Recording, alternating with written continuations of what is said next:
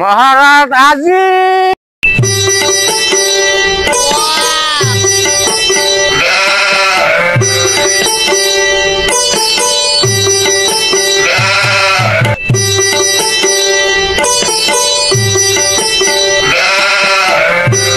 আমার রাজ্যে প্রতিনিয়ত এত বিচার আসার কারণ কি? অতি শীঘ্রই সেনাপতিকে আসার জন্য হুকুম করো। সেনাপতি হাজির।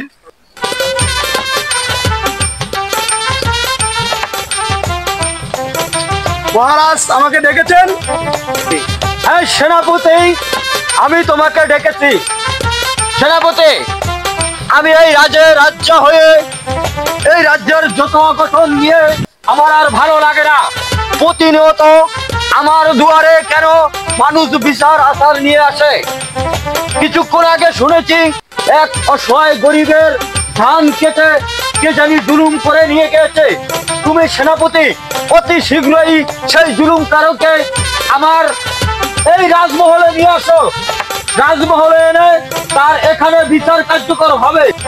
সেনাপতি, এই মুহূর্তে তুমি সেই গরিব দুঃখী কৃষককে আমার রাজমহলে আসার জন্য আগমন জানাও। তাকে আমি তার সাথে যে জুলুম করেছে তার কথাটা শুনতে চাই, তারপরে আমি বিচার কার্যকর করব।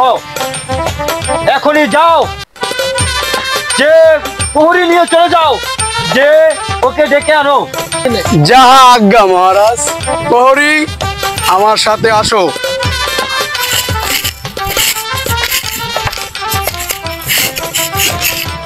এই কৃষক, তুমি কি রাজার কাছে বিচার নিয়ে গিয়েছো?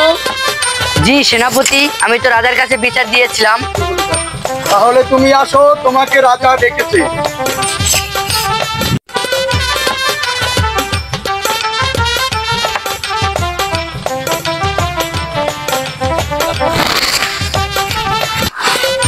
জি মহারাজ, আমাকে কি ডেকেছিলেন? বসো, এই জায়গায় বসো চাষি। সেনাপতি মহারাজ হাজির।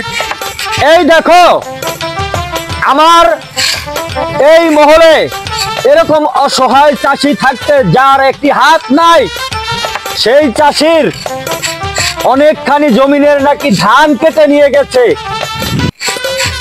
অতি শীঘ্রই প্রহরীকে নিয়ে এই মুহূর্তে আমার রাজমহলে সেই চাঁদাবাজ চোরকে দেখতে চাই, যেই চোরে এই চাষির ধান কেটে নিয়ে গেছে। চলে যাও।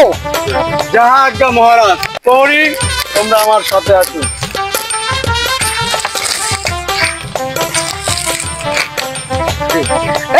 তুমি কি চক্ষু চোরা?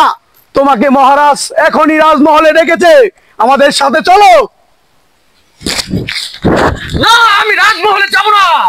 প্রহরী ওকে বন্দি করো, ওকে বন্দি করে রাজমহলে নিয়ে চলো। না, আমি যাব না। ছাড়ো আমাকে, ছাড়ো, আমি যাব না। ছাড়ো। মহারাজ চক্ষু চোরাকে নিয়ে এসেছি। এই তুমি কি চক্ষু চোরা? তুমি গরিব দুঃখী কৃষকের ধান কেটে নিয়ে গেছো। বসো এখানে। এই চাষি, এই চক্ষু চোরা কি তোমার ধান কেটে নিয়ে গেছে? দেখো তো। জি হ্যাঁ মহারাজ, এই আমার দুই করা জমিতে ধান কেটে নিয়ে গেছে। ঠিক আছে, তুমি এই রাজার দরবারে এসেছো সঠিক বিচার পাওয়ার জন্য। তুমি সঠিক বিচার পাবা। আচ্ছা তুমি চলে যাও, আজকে দিনের ভিতরে তার বিচার কার্যকর হবে। যাও, তুমি বাড়ি চলে যাও। জি আজ্ঞা মহারাজ। সেনাপতি। জি মহারাজ। এই মুহূর্তে তার বিচার কার্যকর হবে। তার বিচারের জন্য কি করা যায় একটু ভেবে দেখো তো। এমন একটা বিচার করতে হবে রাজমহলে এবং এই রাজ্যে কোনো চোর, কোনো ডাকাত, কোনো অন্যায় করবার আগে যেন এই রাজার কথা ভাবে। তার বিচার হবে আজ এই শীতের রাতে সারা রাত ওই নীল সমুদ্রের ভিতরে তলিয়ে থাকিবে। সেখানে ভিজিয়ে ভিজিয়ে সে তার অন্যায় উপভোগ করবে নাকি কি বলো? জি মহারাজ। তাহলে প্রহরীকে নিয়ে এই মুহূর্তে তাকে নিয়ে ওই নীল সাগরে দাঁড় করিয়ে রাখো। আদেশ করুন। চলে যাও। প্রহরী, ওকে ধরো, ওকে নিয়ে ওই নীল পাহাড়ে ডুবাও। হুজুর আমাকে ছেড়ে দেন, হুজুর হুজুর আমাকে ছেড়ে দেন। প্রহরী, ওকে ওখানে নিয়ে চুবাও।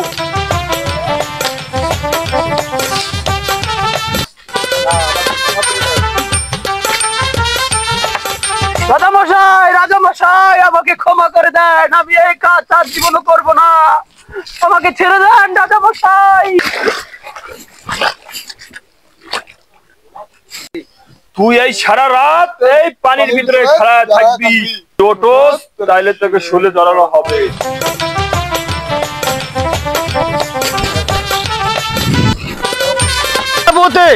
জি মহারাজ। চক্ষু চোরার কি অবস্থা? সে কি বেঁচে আছে নাকি মরে গেছে? মহারাজ, সে আমার রাজমহলের বাতির দিকে সারা রাত তাকিয়েছিল, তাই তার শরীরে কিছু হয় নাই, সে বেঁচে আছে মহারাজ। কি বললা তুমি? সে চক্ষু চোরা সারা রাত আমার রাজমহলের বাতির দিকে তাকিয়ে থেকে এত গভীর শীতের রাত তাকিয়ে দিয়েছে? জি মহারাজ।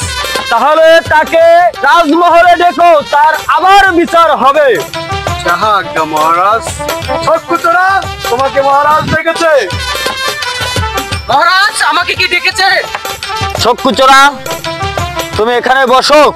কালকে সারা রাত যেই মাঘ মাসের শীতের রাত্র মানুষ 4-5টা বস্তা গায়ে দিয়ে ঘুমাতে পারে না, রাজমহলে থেকে থেকে কাঁপুনি উঠিতে উঠিতে আমার প্রহরী মরে যায়, এমনই অবস্থা হয়ে গেছে।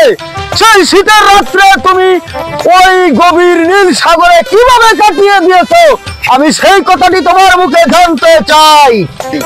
মহারাজ আমি যেভাবে হোক সেভাবেই কাটিয়েছি, সেটা জেনে আপনার কি হবে? মহারাজ, আমি আপনাকে আগেই বলেছি, সে আমাদের রাজমহলের লাইটের দিকে তাকিয়েছিল সারা রাত, সেজন্য তার কিছুই হয় নাই।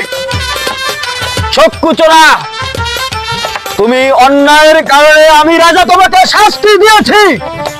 আমার এই রাজমহলে কোনো বিচার এসে কখনো খালি হাতে যায়নি, কিন্তু আজ এক চক্ষু চোরার বিচারের কাছে আমি রাজা হয়ে যাচ্ছি। তুমি এই শীতের রাতে আমার রাজমহলের বাটির দিকে তাকিয়ে থেকে সারা রাত কাটিয়ে দিয়েছো, আজ আবার নতুন করে তোমার বিচার কার্যকর করা হবে। মহারাজ এক গরু আর কয়বার কুরবানি দিবেন? আমাকে সাজা দিয়েছেন, আমি সাজা কেটেছি, এখন আবার বলেন বিচার হয় নাই। মহারাজ এ কেমন বিচার? আপনি বলছেন আপনার বিচার হয় নাই, এখন আবার নতুন করে বিচার হবে। মহারাজ